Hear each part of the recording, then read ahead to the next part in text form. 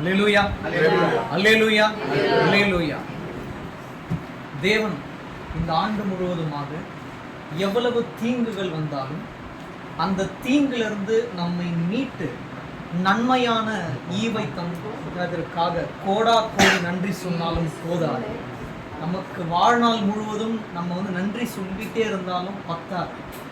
வாழ்நாள் ஃபுல்லாக நம்ம உயிரோடு இருக்க வரைக்கும் அவரை மட்டுமே நம்ம போற்றி துதித்து கொண்டே இருப்போமானால் அதுவே நாம் தேவனுக்கு தரக்கூடிய ஒரு நன்றி கடன். அதை மட்டும் தான் நம்ம செய்யணும். தேவனுடைய வார்த்தை இன்று மத்தியானம் தேவனுடைய வார்த்தையை நான் தியானிக்கும் போது தேவன் ஒரு 2 விதமான காரியங்கள் எனக்கு காட்டினாரு. இந்த சாட்சிகளும் இந்த செய்தியோடு இணைக்கப்பட்டு இருக்கும்னு சொல்லிட்டு நான் கொஞ்சம் கூட நினைச்சு பார்க்கல. தேவன் தரக்கூடிய வார்த்தை பெரிதாக்குவார். ஃபர்ஸ்ட் விஷயம், எல்லையை பெரிதாக்குவார். நம்ம அதை பார்க்கலாம். அதை பார்த்துட்டு என்ன 2வதுன்னு சொல்லிட்டு நம்ம பார்த்துட்டு தேவன் எப்படி உங்களோடு இடைப்படுவார் அப்படின்னு சொல்லிட்டு எனக்குமே ஒரு மாதிரி ஆச்சரியமாக இருக்கு. ஆனால் தேவன் நடத்துவார் நான் நம்புறேன். நேரடியாக எடுத்து நம்ம வாசிக்கலாம். 1 நாளாகமம் 4ஆம் அதிகாரம் 10ஆம் வசனம். 1 நாளாகமம் 4. இஸ்ரவேலின் தேவனை நோக்கி, தேவரீர் என்னை ஆசீர்வதித்து என் எல்லையை பெரிதாக்கி உமது கரம் என்னோடு இருந்தது. உமது கரம் என்னோடு இருந்து தீங்கு என்னை துக்கப்படுத்தாதபடிக்கு அதற்கு என்னை விலக்கி காத்தருளும் என்று வேண்டிக் கொண்டான். அவன் வேண்டிக் கொண்டதை தேவன் அருளினார். அதுவே உங்களுடைய சாட்சியா இருந்தது இல்ல. நீங்கள் வேண்டிக் கொண்டதை தேவன் உங்களுக்கு என்ன பண்ணார்? அருளினார். அதற்காக கோடா கோடி நன்றி சொன்னாலும் போதாது. நீங்க பாத்தீங்கன்னா அதோட மேல் வசனத்தை நீங்க வாசிச்சீங்கன்னா அவர்களோட தாயே சொல்றாங்க, இவனை என்ன பண்ண நான் துக்கத்தோடு பெற்றெடுத்தேன், அதனால யாப்பேஸ் என்று இவனுக்கு பெயரிட்டால்னு இருக்கும். அப்ப யாப்பேஸ் என்றால் துக்கம், வலி. உலக மனிதர்கள் ஏன் இன்னும் கேட்டா தாய் கூட உங்களை துக்கமாக நினைக்கலாம். ஆனால் தேவன் உங்களுடைய ஜெபத்தையும் உங்களுடைய விண்ணப்பங்களையும் கேட்டருளுவார்.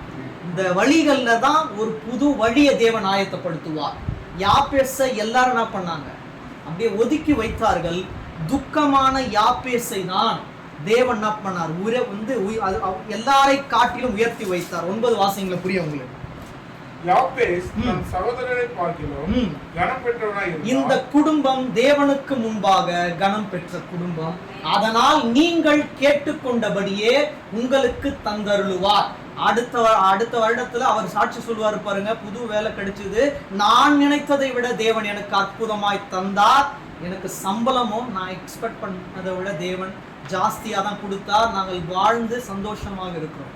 ஏன்னா தேவன் இணைத்த துணை ஒரு நாள் என்ன ஆகாது, வீணாக போகாது. உங்களோட வாழ்க்கை அநேகருக்கு சாட்சியா இருக்கும். நான் ஆல்ரெடி சொன்னதுதான், அடுத்த வருடம் நீங்க சாட்சி சொல்லுவீங்க, நான் இழந்து போன வேலையில எனக்கு கஷ்டம் இருந்தது, இந்த வேலையில நான் இஷ்டமா இருக்கேன் அப்படின்னு நீங்களே சாட்சி சொல்லும்படியாக வைப்பார். எனக்கு தேவன் ஒரு வாக்கியத்தை எனக்கு காட்டினார். எல்லையை பெரிதாக்குவேன் அப்படின்னு தேவன் வார்த்தையை கொடுத்துட்டு ஒரு வாக்கியத்தை எனக்கு தெளிவா காட்டினாரு. தேவனுடைய பிள்ளைகள் இல்லை என்று வரும்போது எல்லையை பெரிதாக்குவார். அவ்வாறு தேவன் எல்லையை பெரிதாக்கும் போது தொல்லைகள் உங்களை பின்தொடர்ந்தே வரும். ஆனால் அந்த அல்லை ஒரு நாள் உங்களை விட்டு நீங்க மாட்டார். அந்த விசுவாசம் உங்களுக்கு இருக்கணும். யாபேஸ்க்கு இருந்தது. நீங்க பாத்தீங்கன்னா 9, 10 அதுக்கப்புறமா யாபேஸோட டீடைல் எக்ஸ்பிளனேஷன்லாம் இருக்காது. 9ஆம் அதிகாரம் இந்த 9ஆம் வசனத்துல யாபேஸ் தன் சகோதரரை பார்க்கிலும் கனம் பெற்றவனாய் இருந்தான். அவன் நான் துக்கத்தோட அவனை பெற்றேன் என்று சொல்லி அவனுக்கு யாபேஸ் என்று பெயரிட்டான். உங்களை பார்த்து சொல்றான் எல்லாருமே, உன்னால எங்களுக்கு துக்கம். ஆனா தேவன் என்ன பண்ணுவார்? துக்கமான உங்களை தான் ஆனந்த கழிப்பாக மாற்றுவார். இவங்களால எனக்கு ஆனந்த கழிப்புன்னு சொல்லிட்டு அடுத்த வேளையில எல்லாருமே உங்களை பார்த்து சாட்சி சொல்லும்படி வைப்பார். போன ஒர்க்ல எல்லாருமே உங்களை துக்கம், வலி, இவனால எங்களுக்கு வலி அப்படின்னு சொல்லி இருக்கலாம். உங்களுடைய இருதயத்தில் உள்ள வியாகுலங்களை தேவன் அறிவார். அடுத்த வேளையில எல்லாருமே உங்களை பார்த்து இவர்களால எனக்கு ஒரு ஆனந்த வந்த ஒரு கழிப்பு உண்டாச்சு, அப்படி அவர்களே சாட்சி சொல்லும்படியாக தேவன் வைப்பார். விசுவாசிகள் மாத்திரம் கைகளை உயர்த்துங்க. யாபேஸ் இஸ்ரவேலின் தேவனை நோக்கி, யாரை நோக்கி? ஆண்டவரே, என்னோட வேலை ஸ்தலத்துல இல்லை என்னோட ஸ்கூல்ல இல்லை நான் எங்கெங்க போறேனோ அங்கெல்லாம் என்னை பார்த்து துக்கம் வலின்னு சொல்லிக்கொண்டே இருக்காங்க. நீங்க என்ன பண்ணீங்க? எல்லாத்தையும் கேட்டு இருக்கீங்கப்பா. எனக்கு என்ன வேணுமோ, என்னுடைய வாழ்க்கையை எப்படி மாற்றணுமோ அது உமக்கு நன்றாக அறிந்திருக்கிறது. நான் என்ன கேட்டுக்கொள்றேனோ அதை நீங்க எனக்கு தாங்கப்பா அப்படின்னு யாபேஸ் தேவனிடத்தில் வந்து கேட்டபோது இந்த இறுதியா நீங்க அதை வாசிங்க. தேவரீர் என்னை ஆசீர்வதித்து என் எல்லையை பெரிதாக்கி. இப்படிதான் நீங்க கேட்கணும். தேவனே, என்னை நீர் ஆசீர்வதித்து என் எல்லையை பெரிதாக்கி. இதுல எல்லைன்னு இருக்கு. நம்ம மாம்சத்துக்குள்ளானவர்கள் அல்ல, ஆவிக்குள்ளானவர்கள். அதனால எல்லை அப்படின்றதுக்கு ரெண்டு விதமான ஆவிக்குரிய அர்த்தங்கள் இருக்கிறது. ஒன்று, எல்லை அப்படின்னா பிசாசின் காரியத்திலிருந்து உங்களுக்கு ஜெயம், அல்லது பிசாசை மேற்கொள்ள தேவன் உங்களுக்கு ஒரு ஆயுதத்தை கொடுக்க போறார் அப்படின்னு எடுத்துக்கணும். அப்போ இந்த ஒரு எல்லை அப்படின்றது உங்களுடைய எல்லையை தேவன் பெரிதாக்குவார். இன்னும் நீங்க போற தூரம் நிறைய இருக்குது. பிசாசின் காரியங்கள் உங்களை சேதப்படுத்தினாலும் அதை தாக்கு பிடிக்கிற அளவுக்கு உங்களுக்கு என்ன தேவை? பலன் தேவை. அந்த பலனையும் தேவனே உங்களுக்கு கொடுப்பார். எல்லையை பெரிதாக்கி. யாரோட கரம் இருக்கு? தேவனுடைய கரம் இந்த வீட்டின் மேல இருக்கு. அப்ப எங்கெங்க போறீங்களோ அவருடைய கரமே உங்களை தாங்கி கொண்டு வருகிறது. அதனாலதான் ஒரு சேதமும் வராதபடிக்கு நீங்க போகும்போதும் வரும்போதும் அவரே உங்களை பாதுகாத்து கொண்டு வரார். ஆபத்துல இருந்து என்ன பண்றாரு? உங்களை நீங்களாக்கி கொண்டு ரட்சித்து இன்று நம்ம சமாதானமா இருக்கோம் அப்படின்னா அவருடைய கரமே நம்மளை பாதுகாத்து தாங்கி கொண்டு இருக்கிறது. தீங்கு என்னை அதற்கு என்னை விலக்கி அப்போ அந்த வேலையில இருந்து நீங்க நின்னது கூட தேவனுடைய சுத்தமா தான் இருக்கும். தீங்கு உங்களை துக்கப்படுத்தாதபடிக்கு அவர் தான் அதுல இருந்து விளக்குறாரு. அவருக்கு தெரியும் இந்த வேலையில இருந்து நீங்க கஷ்டப்படுறதை விட அடுத்த வருடம் நான் தரும் வேளையில நீங்க சந்தோஷமா இருப்பது ஆண்டவராகிய இயேசு கிறிஸ்துக்கு பிரியமானது. அதனாலதான் அவரே விளக்கி கொண்டு அவர் விளக்குறாருனாலே புரிஞ்சுக்கோங்க, புதிய ஆசீர்வாதத்துக்குள்ளாக நடத்தலாம். உங்களுடைய எல்லையை தேவன் பெரிதாக்கதான். இன்னும் கூட நம்ம எடுத்து வாசிக்கலாம். மீகா 6:8 வாசிங்க.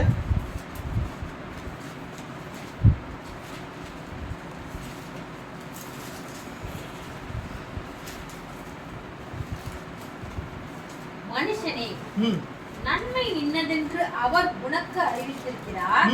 நியாயம் செய்து இரக்கத்தை சிநேகித்து உன் தேவனுக்கு முன்பாக மனத்தாழ்மையாய் நடந்ததை அல்லாமல் வேறு எண்ணத்தை கர்த்தர் உன்னிடத்தில் கேட்கிறார்.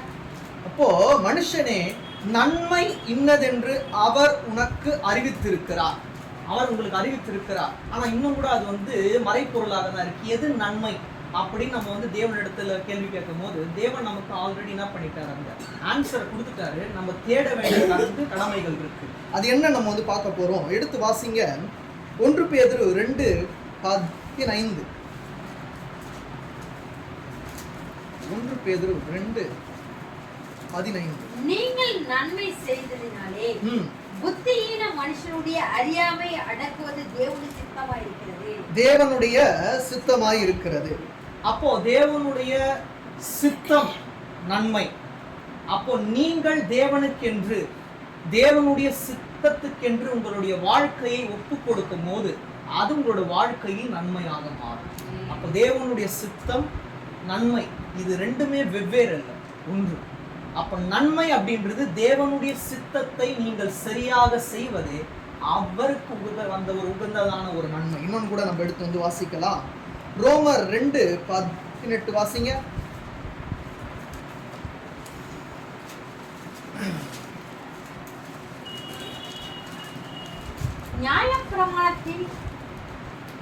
நியாயப்பிரமாணத்தினால் உபதேசிக்கப்பட்டவனாய் அவருடைய சித்தத்தை அறிந்து நன்மை தீமை இன்னதென்று வகையறுக்கிறாயே. அப்போ அவருடைய சித்தத்தை அறிந்து நன்மை எது தீமை என்று அது எதுன்னு சொல்லிட்டு நீங்கள் ஆராய்ந்து அறிந்தீர்களானால் அதுவே தேவனுக்கு பிரியமானது. அவர் உங்களுடைய எல்லையை கண்டிப்பாக பெரிதாக்குவார். ஆனால் நீங்க பண்ண வேண்டிய ஒரே விஷயம் அவருடைய சித்தத்தை அறிந்து நன்மையானதை பிடித்து கொள்ளணும், தீமையானது விட்டு விலகும். இதுதான் தேவன் உங்களுக்கு சொல்ற ஃபர்ஸ்ட் விஷயம். ரெண்டாவது நம்ம ஒரு காரியத்தை நமக்கு நேரம் இல்லாததுனால நம்ம வேகமா போல. ரெண்டாவது ஒரு காரியத்தை நம்ம வந்து பார்க்கலாம். 1 ராஜாக்கள் 1:37.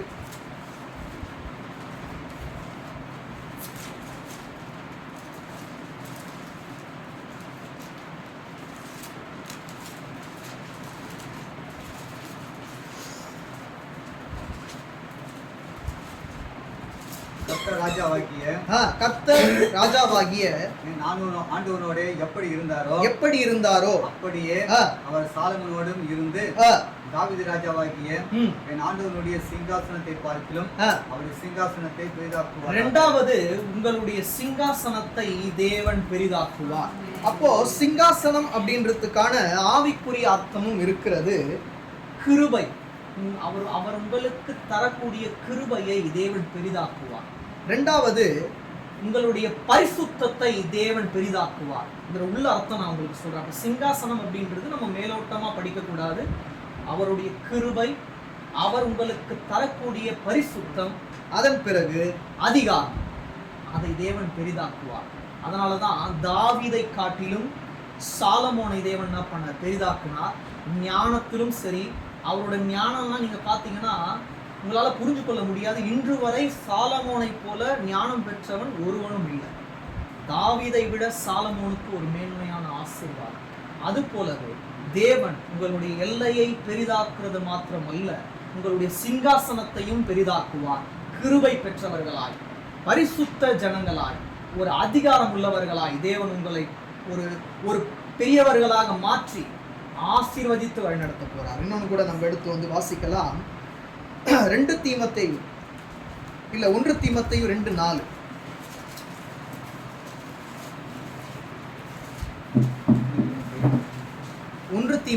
2:4.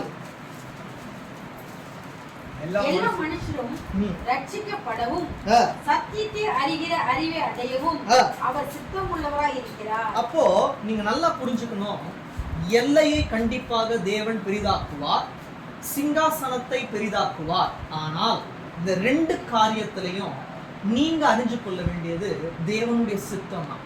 நாம் அங்க பார்த்தோம், நன்மை தீமை என்னவென்று அறிவது தேவனுடைய சித்தமாக இருக்கிறது. ஒன்று இங்க பார்க்கிறோம், நம்ம எல்லா மனுஷரும்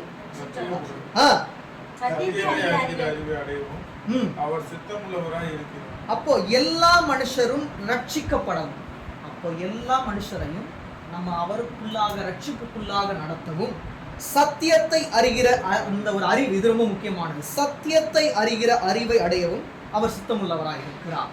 அப்ப அங்க பார்த்தோம், நம்ம அவருடைய சித்தம் என்னன்னா நன்மை தீமையை நம்ம அறிய வேண்டும். இங்க நம்ம பார்க்கிறோம் சத்தியத்தை அறிய வேண்டும். என்னது அந்த சத்தியம் அப்படின்றது ஆண்டவராகிய இயேசு கிறிஸ்து. ஆண்டவராகிய இயேசு கிறிஸ்துவை நீங்கள் அறிந்தீர்களானால் சத்தியத்தையும் அறிந்தீர்கள். ஏன்னா அந்த ஒரு சத்தியம் தான் உங்களை விடுதலையாக்கும். நம்ம விடுதலையாக்கணும்னா அவரால் ஒருத்தரால தான் மட்டும்தான் முடியும். அப்ப அந்த சத்தியத்தை அறிகிற அறிவு இருக்கு, அந்த அறிவே தேவனுடைய சித்தமாக இருக்கிறது. இன்னொன்று கூட நம்ம எடுத்து வந்து வாசிக்கலாம். 1 தெசலோனிக்கேயர் 4:3. நீங்கள் பரிசுத்தம் உள்ளவர்களாக வேண்டும் என்பதே தேவனுடைய சித்தமாய் இருக்கிறது. அந்தபடி நீங்கள் வேசி மார்க்கத்துக்கு விலகி இருந்து போதும். நீங்கள் பரிசுத்தம் உள்ளவர்களாக வேண்டும் என்பதே தேவனுடைய சித்தமாய் இருக்கிறது. 3 விதமான சித்தம் பார்க்கணும். நன்மை தீமையை அறிகிற அறிவை பெறணும், அது தேவனுக்கு சித்தமாய் இருக்கிறது. 2வது தேவனுடைய அந்த சத்தியத்தை அறியணும், அந்த சத்தியத்தை அறிகிற அறிவு நமக்கு இருக்கணும், அது தேவனுக்கு சித்தமாக இருக்கிறது. இங்க பார்க்கிறோம், நீங்கள் பரிசுத்தம் உள்ளவர்களாக வேண்டும் என்பதே தேவனுடைய சித்தமாக இருக்கிறது. இந்த சித்தம் தான் ரொம்ப முக்கியம். சில நேரங்கள்ல நம்மளோட வாழ்க்கையில பிசாசு அசுத்தமான காரியங்களை காட்டி நம்மளை அந்த ஒரு பரிசுத்தத்தை விட்டு விலக்கலாம். ஆனா நீங்க என்ன பண்ணணும், ஆண்டவராகிய இயேசு கிறிஸ்துவை நம்பி வந்த நான் ஒரு நாளும் அசுத்தத்துக்குள்ளாக போகக்கூடாதுன்னு சொல்லிட்டு உங்களுடைய இருதயம் வைராக்கியமா இருக்குமானால் தேவன் உங்களை பரிசுத்தத்துக்குள்ளாக நடத்தி கொண்டே வருவார். அதனாலதான் சிங்காசனத்தை தேவன் என்ன பண்ணுவார், பெரிதாக்குவார். இந்த ஒரு பரிசுத்தமும் சிங்காசனத்தோடு இணைக்கப்பட்டு இருக்கிறது. யாபேஸ் நம்ம பார்த்தோம். யாபேஸ் என்பதற்கு ஒரு அர்த்தம் இருக்கிறது, துக்கம், வலி. சாலமோனுக்கு ஒரு அர்த்தம் இருக்குது, அமைதி அல்லது ஞானம் பெற்றவர். இந்த குடும்பம் ஒரு அமைதியான ஆவிக்குரிய குடும்பம், ஞானம் பெற்ற குடும்பம். அவ்வாறாலாம் தேவன் என்ன பண்ண மாட்டார், உங்களை சிறுகி போக ஒரு நாள் விட மாட்டார். உங்களுடைய எல்லையையும் பெரிதாக்குவார், உங்களுடைய சிங்காசனத்தையும் பெரிதாக்குவார். இன்னொன்று கூட நம்ம எடுத்து வந்து வாசிக்கலாம். ரோமர் 12ஆம் அதிகாரம், ரோமர் 12ஆம் அதிகாரம் 2. நீங்கள் இந்த பிரபஞ்சத்திற்கு ஒத்த வேஷம் தெரியாமல் தேவனுடைய நன்மையும் பெரியவும் பரிபூர்ணமான சித்தம் இன்னதென்று பகுத்தறியத்தக்கதாக உங்கள் மனம் புதிதாகிறதுனாலே மறுரூபமாகும். உங்கள் மனம் புதிதாகிறதுனாலே மறுரூபமாகுங்கள். உங்களுடைய மனம் தினந்தோறும் புதிதாகி கொண்டே இருக்கும். புதிதாகி அவருக்குள்ளாக மறுரூபமாகும். இது ரொம்ப ரொம்ப முக்கியமானது. நீங்கள் இப்பிரபஞ்சத்திற்கு ஒத்த வேஷம் தெரியாமல் இங்க இருக்கும் போது ஒரு விதமான வேஷமும், உலகத்தாரோடு ஐக்கியப்பட்டிருக்கும் போது ஒரு விதமான வேஷமும் தேவனுக்கு பிரியமானது. உங்களுடைய மனமும் உங்களுடைய ஆத்துமாவும் எப்பொழுதுமே ஒரே மாதிரி இருக்கும் தேவனுக்குள்ளாக. தேவன் அப்படிலாம் வேற வேற மாதிரிலாம் இருக்க மாட்டார். சீஷர்கள் கூட இருக்கும் போதும் ஒரே மாதிரி தான் இருப்பாரு, ஜனங்களுக்குள்ளாக இருக்கும் போதும் ஒரே மாதிரி தான் இருப்பாரு. நாமும் ஒரே மாதிரி தான் இருக்கும். இந்த பிரபஞ்சத்துக்கு ஒத்த வேஷம் நம்ம ஒரு நாளும் தரித்து கொண்டு வாழக்கூடாது. கீழே வாசிங்க. தேவனுடைய நன்மை, தேவனுடைய நன்மையும் பெரியவும் பரிபூர்ணமான சித்தம் இன்னதென்று பகுத்தறியத்தக்கதாக உங்கள் மனம் புதிதாகிறதுனாலே மறுரூபமாகுங்கள். தேவனுடைய நன்மையும் பிரியமும் பரிபூரணமுமான சித்தம். பரிபூரணமான சித்தம் ஒரு வாழ்க்கையிலும் இருக்கும். எனக்கு ஒரு சித்தம் இருக்கும், ஐயாவுக்கு ஒரு சித்தம் இருக்கும், அண்ணாக்கு ஒரு சித்தம் இருக்கும், எல்லாருக்குமே ஒரு சித்தம் இருக்கும்.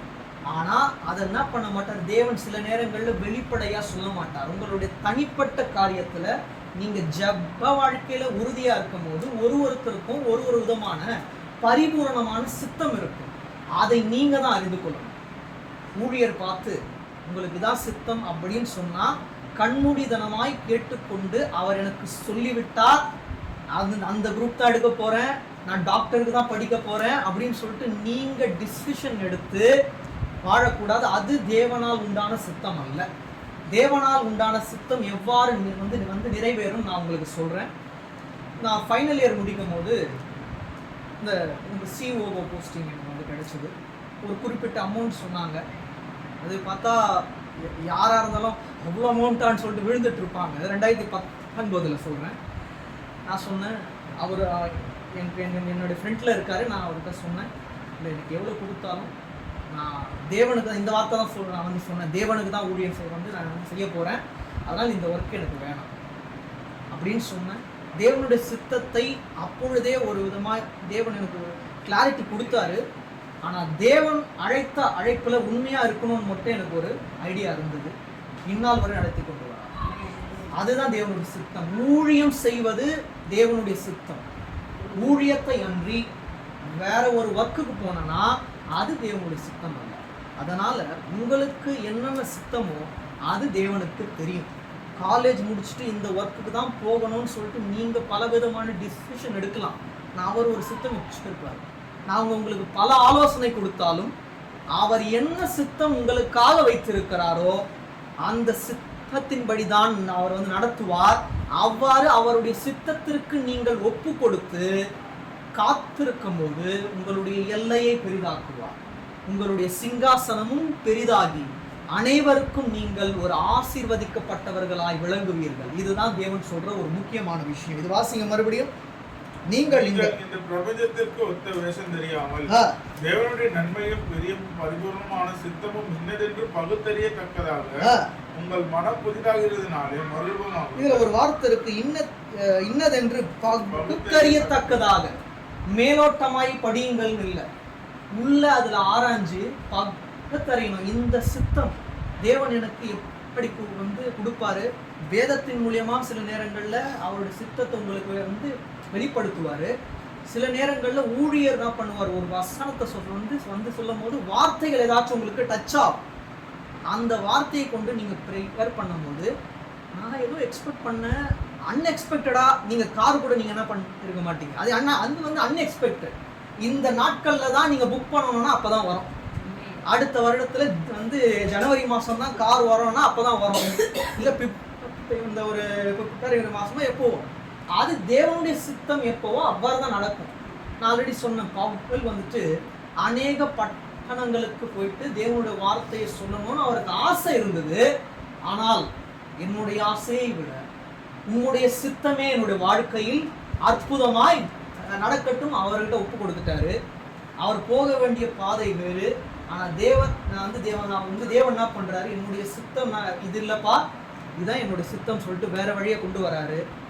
அதை விட இந்த பாதையில தான் அவரை அற்புதமாய் எடுத்து பயன்படுத்தினார். அதுபோல இந்த குடும்பத்தையும் அவருடைய சித்தத்துக்கென்று அவரே பயன்படுத்தி அடுத்த வருடத்துல உங்களுடைய எல்லைகளை தேவன் கண்டிப்பாக பெரிதாக்குவார். நீங்க விசுவாசிக்கிறீங்கன்னா கைகளை எடுத்து ஒரு அல்லேலூயா சொல்லுங்க. உங்களுடைய சிங்காசனத்தையும் தேவன் பெரிதாக்குவார். உங்களுடைய பரிசுத்த வாழ்க்கையும் அநேகருக்கு ஒரு மேன்மையான சாட்சியா இருக்கும். எப்படி சாட்சியா இருக்கும்னா, பரிசுத்தமா வாழ்ந்தா இவங்களை போலதான் வாழணும் அப்படின்ற சாட்சியா இருக்கும். கிருபை பெற்றவர்களா இருப்பீங்க. தாழ்ந்து போகிற கிருபை அல்ல, பெருக போகிற கிருபை. இவரும் கூட நம்ம எடுத்து வந்து வாசிட்டு முடிக்கலாம். இந்த நம்ம ஆல்ரெடி படிச்சோம் பார்த்தீங்களா, 1 ராஜாக்கள் 1ஆம் அதிகாரம், அதுல 47 வாசிங்க. அந்த வார்த்தையை இன்னும் கூட உறுதிப்படுத்துறாரு பாருங்க. ராஜாவின் ஊழியக்காரரும் தாவீது ராஜாவாகிய நம்முடைய ஆண்டவனை 1:47 1 ராஜாக்கள் 1:47 அதான் வாசிங்க. ராஜாவின் ஊழியக்காரரும் தாவீது ராஜாவாகிய நம்முடைய ஆண்டவனை வாழ்த்துதல் செய்ய வந்து தேவன் சாலமோனின் நாமத்தை உம்முடைய நாமத்தை பார்க்கிலும் பிரபலப்படுத்தி அவருடைய சிங்காசனத்தை உம்முடைய சிங்காசனத்தை பார்க்கிலும் பெரியதாக்குவாராக என்றார்கள். ராஜா தம்முடைய கட்டிலின் மேல் குனிந்து பணிந்து கொண்டார். அப்போ இந்த வார்த்தையெல்லாம் நீங்க வந்து பாத்தீங்கன்னா, அவரோட அப்பாவே உயர்ந்த ஸ்தானத்துல அநேகரால, அதாவது சொந்த அப்பாவால வந்து வந்து வந்து வந்து வந்து தள்ளப்பட்டு ஒரு பசங்களா வந்துட்டு சாமுவேல் வந்துட்டு அந்த ஒரு அபிஷேகம் பண்ண வந்து காத்து கொண்டு இருக்கும்போது 8வது பையன் எல்லாருமே பார்க்கறதுக்கு வந்து அந்த ஒரு வாட்ட சாட்டமா வாரியர்ஸ் போல இருக்காங்க. அவருடைய 7 சகோதரர்களும் 8வது பையன் அந்த ஆடு வச்சுட்டு அங்கே இருக்கான். அவன் கிட்டத்தட்ட நீங்கள் பார்த்தீங்கன்னா நார்மல் ஒரு ஒல்லியா அவ்வளோதான் அந்த மாதிரி தான் இருக்கான்.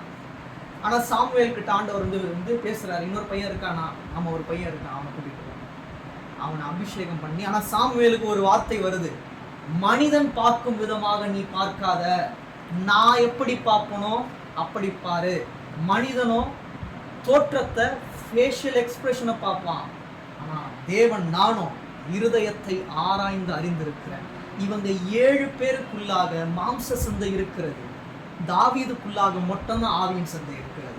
அதனாலதான் தாவீதோட எல்லையை தேவன் பெரிதாக்கினார். தாவீதின் சிங்காசனத்தை தேவன் என்ன பண்ணார், பேர் வந்து பெரிதாக்கினார். மேன்மையாய் தேவனுக்கென்று என்ன பண்ணார், பயன்படுத்தப்பட்டார். தாவீதோட சிங்காசனம் உயர்ந்திருந்தது, அதை காட்டிலும் சாலமோனின் சிங்காசனம் உயரத்திலும் அதிக உயரமாய் இருந்தது. இப்ப வாசிங்க, உங்களுக்கு புரியும். ராஜாவின் ஊழியக்காரரும் தாவீது ராஜாவாகிய நம்முடைய ஆண்டவனை வாழ்த்துதல் செய்ய வந்து தேவன் சாலமோனின் நாமத்தை உம்முடைய நாமத்தை பார்க்கிலும் பிரபலப்படுத்தி அவருடைய சிங்காசனத்தை உம்முடைய சிங்காசனத்தை பார்க்கிலும் பெரியதாக்குவாராக என்றார்கள். ராஜா தம்முடைய கட்டிலின் மேல் குனிந்து பணிந்து கொண்டார். அவ்வாறு தேவன் உங்களை பெரிதாக்கும் போது, உங்களுடைய எல்லையை பெரிதாக்கும் போது, உங்களுடைய சிங்காசனத்தை பெரிதாக்கும் போது, தேவனை விட்டு விலகி சுகபோகமாய் நீங்கள் வாழக்கூடாது. நீங்க எப்படி வாழணும் அப்படின்னா, ராஜா தம்முடைய கட்டிலின் மேல் குனிந்து பணிந்து கொண்டார். அவரை பணிந்து கொண்டு வாழணும். தேவன் உங்களுக்கு ஆரம்பத்துல சொன்ன விஷயம், தேவன் உங்களை பெரிதாக்குவார். எந்தெந்த காரியத்துல? உங்களுடைய எல்லையை பெரிதாக்குவார். 2வது, சிங்காசனத்தை பெரிதாக்குவார். எப்பொழுதுனா, அவருடைய சித்தம் என்னன்னு சொல்லிட்டு நீங்கள் அறிந்தால் உங்களை பெரிதாக்குவார். நன்மை தீமை என்னவென்று அந்த அறிகிற அறிவு இருக்கும், அது தேவனுடைய சித்தம். 2வது நம்ம முக்கியமாக பார்த்தோம், சத்தியத்தை அறிகிற அறிவு, மூன்றாவது நாம் பரிசுத்த ஆக்கப்படுதல். இப்ப பார்த்தோம், சிங்காசனத்தை தேவன் என்ன பண்ணுவார்? பெரிதாக்குவார். அவ்வாறு உங்களுடைய சிங்காசனம் பெரிதாக்கப்படும் போது நீங்கள் தேவனுக்கு முன்பாக பணிந்து கொண்டு சாட்சி பெற்று நீங்க சாட்சி சொல்ற ஜனங்களா இருக்கும். அதுதான் தேவன் விரும்புவார். அவரை நீ அதை வேற யாருக்கிட்டயும் நீங்க என்ன பண்ணக்கூடாது? பணிந்து வாழக்கூடாது. அவர்கிட்ட மட்டும் தான் பணிந்து வாழணும். இந்த இந்த இந்த வருடம் ஃபுல்லாக நமக்கு தீமையான பாதைகள் நிறையனா இருக்கும், வந்து போய்கொண்டே இருக்கும். ஆனா தீமையில ஏதாச்சும் ஒரு நன்மையை தேவன் என்ன பண்ணியிருப்பார்? வைத்திருப்பார். அதனாலதான் எத்தனை நன்மைகள் செய்தீரையா, அதில் எதற்கென்று நன்றி சொல்லி துதிப்பேன் ஐயா.